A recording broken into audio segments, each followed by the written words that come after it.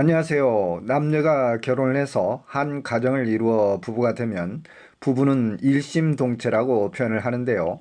그렇다면 부부간 금전거래는 어떨까요?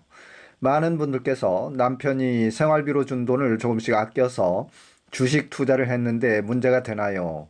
남편 카드로 생활비 등을 결제하는데 괜찮은가요? 등등 부부간의 금전거래에 대해서 많은 질문을 주셨기 때문에 이번 강의는 부부간의 금전거래에 대해서 세법에서는 어떻게 정해져 있는지 상세히 살펴보는 강의를 준비를 했습니다. 강의를 끝까지 잘 시청을 해보시고 여러분들께서 많은 참고와 도움이 되시면 감사하겠습니다. 화면상에서 증여재산 공제금액 한도표를 보고 계시는데요. 배우자에게는 증여공제 한도가 6억까지입니다만 이 6억이라는 금액은 10년 동안 배우자에게 증여세 없이 줄 수 있는 금액 한도를 말하는 것입니다. 즉 6억이라는 돈을 배우자에게 정식으로 증여를 한 경우에는 그 돈의 소유권은 배우자의 몫이 되기 때문에 배우자가 그 돈으로 주식을 하든 부동산 또는 자동차를 사든 전혀 문제될 것이 없겠습니다.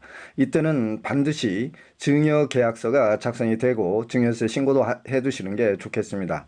문제는 부부는 가정경제를 이끌어가는 경제 공동체로서 남편의 봉급으로 아내에게 생활비를 주었을 때 그 생활비라는 범위가 어느 정도까지 금액 한도인가가 문제가 될 텐데요.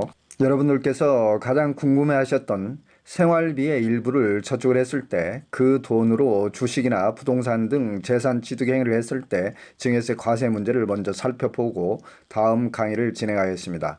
결론적으로 말씀을 드리면 생활비를 저축한 돈으로 주식이나 부동산 등 재산 취득 행위를 했을 때는 증여세 과세 대상이 되겠습니다. 그리고 그 돈으로 가정의 생활비로 전부 사용을 한 경우에는 증여세 비과세 대상이 되겠습니다. 아니, 콩나물값 하나 또는 남들이 메고 다니는 명품백 하나 사고 싶어도 내가 아껴서 저축한 생활비로 주식 좀 샀는데 그걸 증여세 내라고? 이놈의 세법 정말 웃기네. 말도 안 되라고 말씀을 하시겠지만 그 이유를 세법 규정을 통해서 살펴보도록 하겠습니다. 증여세법 제46조 비과세되는 증여재산의 범위를 좀 살펴보게 되면 사회통념상 인정되는 이재 구호금품, 치료비, 피부양자의 생활비, 교육비, 그 밖에 이와 유사한 것으로서 대통령령으로 정하는 것 이렇게 되어 있는데요. 대통령령으로 정하는 것은 학자금이나 장학금, 기념품, 축하금, 부의금, 혼수용품 등으로 통상 필요하다고 인정되는 금품 이렇게 정의가 되어 있습니다. 세법을 살펴보게 되면 피부양자의 생활비라고만 나와 있지 생활비를 얼마까지 금액 한도를 정하고 있지 않기 때문에 가정의 형편에 따라서 생활비는 매우 차이가 날 수밖에 없겠는데요. 세법에서 딱히 생활비 한도를 정할 수가 없었던 것이죠. 따라서 생활비를 아껴서 주식이나 부동산 취득을 했을 때 세법에서는 아낀 돈을 증여세 비과세라고 별도로 항목을 정의하고 있지 않기 때문에 과세되는 이유가 되겠습니다. 저희 산울TV는 정부의 부동산 세금 정책과 각종 생활제도 변경, 동남아 여행 정보, 은퇴 생활 정보, 자격증 정보 등 일상생활에 필요한 정보를 신속하고 정확하게 전해드리는 채널입니다. 여러분들께서 관심과 애정으로 구독, 좋아요, 알림 설정해 주시면 대단히 감사하겠습니다. 다음은 가족 간 돈거래 증여세 과세 여부를 잠깐 살펴보겠습니다. 자녀의 세뱃돈 같은 경우에는 반드시 자녀 명의 통장으로 예금을 해주셔야 되겠고요. 미성년 자녀에게는 2천만 원까지, 성년 자녀에게는 5천만 원까지 증여세 공제 한도가 배제가 되겠습니다. 그리고 자녀의 결혼식 축의금 같은 경우에도 자녀분과 부모 지분을 명확히 구분을 해서 별도 관리를 하시고 축의금 대장을 반드시 잘 보관을 해 주셔야 되겠고요. 자녀의 전세금이나 부동산 취득자금에 대해서는 부모가 증여를 해줄 것인지 차용을 해줄 것인지 명확하게 구분을 해서 증여인 경우에는 증여계약서를 작성을 하시고 신고를 하셔야 되겠으며 차용을 해주는 경우에는 빌리는 돈이라면 차용계약서와 이자 원금, 변제일 등의 차용계약서를 잘 작성을 하시고 자녀의 차용금에 대해서는 반드시 자녀의 소득으로 부모에게 갚을 수 있도록 그렇게 하셔야 되겠습니다. 그리고 국세청에서는 가족 간 차용거래를 철저하게 사후관리를 하기 때문에 그 빌려간 돈을 누가 갚았는지 나중에 국세청에서 추적을 하기 때문에 여러분들께서는 사후 관리를 잘 하셔야 되겠습니다. 다음은 최근에 발표된 국민권익위원회의 국세청에 대한 권고사항을 좀 살펴보도록 하겠습니다. 국세청은 부모로부터 자녀에게 빌려준 돈을 차용계약서가 없음을 이유로 해서 증여세를 부과를 했는데요. 차용계약서가 없더라도 실제 자녀가 차용을 하고 나중에 그 돈을 부모에게 상환을 했다면 그 차용 금액을 증여로 보아서 증여세 부과 처분은 잘못됐다고 취소를 하라고 권고를 했는데요.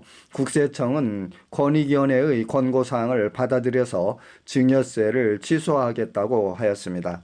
다음은 2020년 10월 27일 조세심판원 국세심판소의 심판 결정문 예시 하나를 더 사례로 살펴보겠습니다. 쟁점 취지사항을 좀 살펴보게 되면 사회통념상 부부간에 이자를 정하지 아니하거나 차용증이 없는 금전거래가 발생할 수 있기 때문에 배우자의 부동산 취득자금을 실제로 남편에게 빌린 돈이 확실하다면 국세청의 증여세 부과 처분은 위법함으로 취소되어야 한다는 결정 예시가 되겠습니다. 따라서 요즘처럼 정부나 금융기관 등에서 대출을 막고 철저하게 옥죄고 있는 상황에서는 배우자나 자녀들이 부득이하게 부동산을 구입하거나 전세 자금이 필요할 때 급전이 필요한 경우에는 가족 등에게 빌릴 수도 있다는 사례를 보여준 것이라고 해석할 수 있겠으며, 가급적 가족 간에 차용거래를 하는 경우에 있어서는 반드시 여러분들께서는 차용계약서와 이자, 변제 기일 등 객관적인 증빙 서류를 잘 갖춰놓는 것이 나중에 국세청에서 혹시라도 증여세 부과 시 잘 대처할 수 있는 효과적인 방법이 되겠다는 말씀을 드립니다.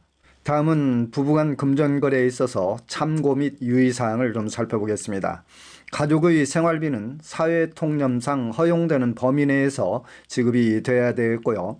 생활비를 수천만 원이나 또는 억대 이상의 금액이 지급이 되는 경우에는 해당 사용처의 증빙을 반드시 잘 갖춰놔야 되겠습니다. 그리고 지급하는 자금의 용도는 객관적으로 명백하고 타당해야 되겠습니다. 예를 들어서 남편의 봉급이나 정당한 사업소득으로 지급이 되는 경우에는 문제가 없겠습니다만, 만약에 남편이 법인회사나 사업체를 운영하는데 그 회사의 자금으로 가족의 생활비를 지급하게 되는 경우에는 추후에 법인세나 소득세 등을 추징당할 수 있겠습니다. 그리고 마지막으로 생활비가 아닌 실제 증여 금액일 경우에는 증여계약서를 반드시 작성을 하고 국세청이나 세무서에 증여세 신고를 하시는 게 좋겠습니다. 만약에 빌려주는 돈이라면 반드시 차용계약서를 작성을 해서 국세청으로부터 편법 증여라는 의심을 받지 않도록 주의를 하셔야 되겠습니다. 다음은 부부나 가족 간에 돈을 빌리는 경우에 있어서 세법에서 이자율과 증여세 과세 문제를 어떻게 정하고 있는지 살펴보도록 하겠습니다. 세법에서는 돈을 빌리는 행위에 대해서 비영업대금의 이익, 금전대차 거래라고 표현을 하고 있는데요. 금융업자가 아닌 일반인이 사적으로 금전을 대여를 해주고 얻은 이익에 대해서 비영업대금의 이익이 되겠습니다. 일반적으로 사채이자를 말하는 것으로서 대금업을 명시하지 않은 사무실이나 가정에서 개별적으로 금전을 대부하고 받는 이자를 말하는 것이 되겠고요. 즉 예시를 들자면 가족이나 타인 간의 금전 거래가 여기에 해당이 되겠습니다. 상속 증여세법에서 정하고 있는 금전 무상대출 등에 따른 이익의 증여를 좀 살펴보겠는데요. 타인으로부터 금전을 무상으로 또는 적정 이자율보다 낮은 이자율로 대출을 받은 경우에는 그 금전을 대출받은 날에 다음 각호의 구분에 따른 금액을 그 금전을 대출받은 자의 증여재산가액으로 한다. 다만 다음 각호의 구분에 따른 금액이 대통령령으로 정하는 기준금액 1천만 원 미만인 경우에는 제외를 한다. 이렇게 규정이 되어 있는데요. 대통령령으로 정하는 금액이라는 것은 1천만 원을 의미하며 적정 이자율은 4.6%가 되겠습니다. 다음은 비영업대금의 이익, 금전대차 거래에 있어서 예시와 사례를 들어서 좀 설명을 해보겠습니다. 자녀가 아버지로부터 3억을 이자 없이 빌린 경우에 적정 이자율 4.6%를 대입을 해서 그 이자에 대한 이익은 증여세를 과세를 하고, 이자 금액이 1년, 연간 1,000만 원 미만인 경우에는 증여세 과세 대상에서 제외가 되겠습니다. 다음은 차용증 작성법, 이자율, 법정금리, 상환기간에 대해서 좀 상세히 살펴보겠습니다. 차용증 작성은 실제 금전 소비 대차가 이루어지는 사실을 정확히 명기하고 사실관계를 증빙을 잘 갖추시면 되겠고요. 이자율은 적정이자율 4.6%를 지켜야 되는 것인데 반드시 4.6%를 지켜야 되는 것은 아니며 당사자가 임의로 정할 수 있겠습니다. 연간 2억 1,700만 원을 4.6%로 적용을 하게 되면 이자 금액이 998만 2천 원이 나오는데요. 이자 금액이 연간 1,000만 원 이하로 증여세 과세 대상에서 제외가 되겠습니다.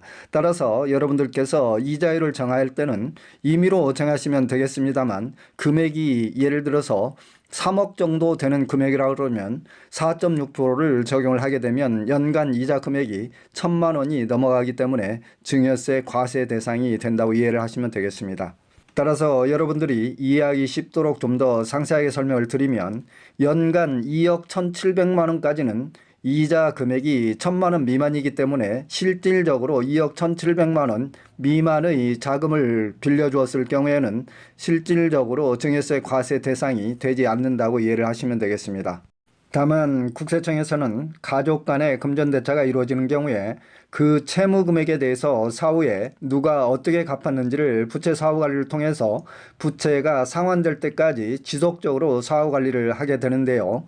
채무 원금과 이자가 제대로 이행이 되고 있는지, 원금과 이자는 채무자의 자금이 확실한지, 여러분들께서 주의하셔야 될 사항으로는 원금과 이자는 반드시 채무자의 소득으로 지급을 해야 되겠으며 차용 거래가 실질적으로 채무가 아닌 증여라고 의심이 되면 국세청에서는 편법 거래 여부에 대한 자금 출처 조사를 다시 시행할 수도 있겠습니다. 이상으로 부부간 또는 가족 간의 금전거래에 대해서 상세하게 살펴보았는데요. 결론적으로 좀 부연 설명을 드리자면 부부간은 가족경제 공동체로서 소득이 누구에게 있든지 간에 생활비는 함께 공유할 수 있으며 다만 사회통념상의 범위를 벗어나는 생활비를 아껴서 저축한 돈으로 주식이나 부동산 등을 취득하는 행위는 증여세 과세 대상이 될 수 있겠으며 또한 부부나 가족 간에는 정상적으로 돈을 빌리는 경우에는 그 실질과 내용이 차용한 사실이 명백한 경우에는 국세청에서 증여세를 부과해서는 안 된다는 것을 앞에 국민권익위원회와 조세심판원의 사례를 통해서 살펴보았습니다. 따라서 가족 간의 돈거래로 국세청의 편법 증여를 의심받기보다는 차라리 돈이 필요할 때는 정정당당하게 차용을 함으로써 증여세를 절세할 수 있는 방법이 되겠습니다. 기타 각 세목에 대해서 궁금하신 사항이 계시면 유튜브 상에서 산울TV를 검색을 하시면 각 세목별로 상세히 강의가 되어 있기 때문에 참고해 보시기 바랍니다. 함께 시청해 주셔서 대단히 감사합니다. 산울이었습니다.